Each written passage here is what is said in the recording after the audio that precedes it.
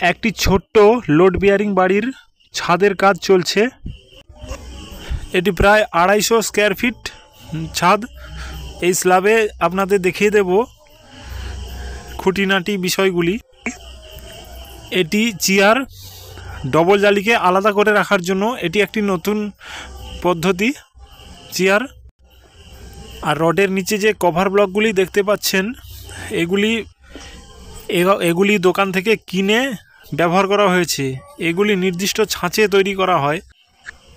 আর এই কভার ব্লকগুলি দেখতে পাচ্ছেন এগুলি নির্দিষ্ট ছাঁচে বালি, সিমেন্ট ও ডাস্ট পাথর পাওয়া যায়, একসঙ্গে মিশিয়ে তৈরি করা হয়, যেটা ব্যবহার করা উচিত, যুক্তিপূর্ণ।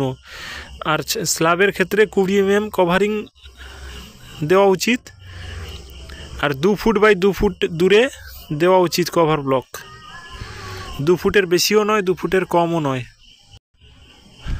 আর লোড বিয়ারিং স্ট্রাকচার হলেও স্ল্যাবে ওয়াল বিম প্রত্যেক জায়গায় দেওয়া উচিত, কিন্তু এই বাড়িটায় দেওয়া হয়নি। আর লোড বিয়ারিং অর্থাৎ ইটের ভিতের বাড়িতে স্ল্যাবের ক্ষেত্রে ওয়াল বিম অবশ্যই দেওয়া উচিত। আর এই বাড়িটায় ওয়াল বিম দেওয়া হয়নি, এটাই সবচেয়ে বড় ভুল এই স্ল্যাবে। আপনারা কিন্তু লোড বিয়ারিং অর্থাৎ ইটের ভিতের বাড়ি হলেও ওয়াল বিম দিয়েই কাজ করবেন, কারণ ওয়াল বিম দিয়ে কাজ করলে ওই স্ল্যাবের উপরে 2 তলা করতে কোনো অসুবিধা হবে না, কারণ ওই 2 তলার লোডটা ওয়াল বিমের মধ্য দিয়ে পুরো দেওয়ালে সমানভাবে ডিস্ট্রিবিউট হবে। আর এই ছাদটিতে 6 ইঞ্চি সেন্টার টু সেন্টার রড বাঁধা হয়েছে।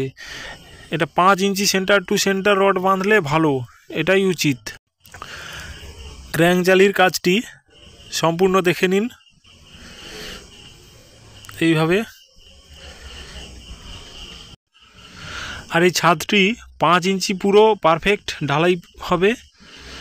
আর মশলার ভাগ হচ্ছে 3-2-1, অর্থাৎ 3 ভাগ চিপস, 2 ভাগ বালি আর 1 ভাগ সিমেন্ট।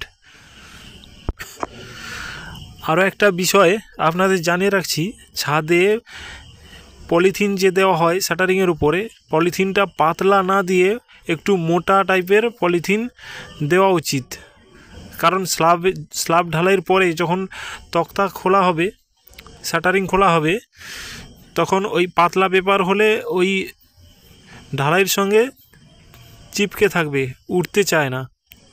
মোটা পেপার হলে খুব সুন্দর উঠে যায়, এটা খেয়াল রাখতেই হবে।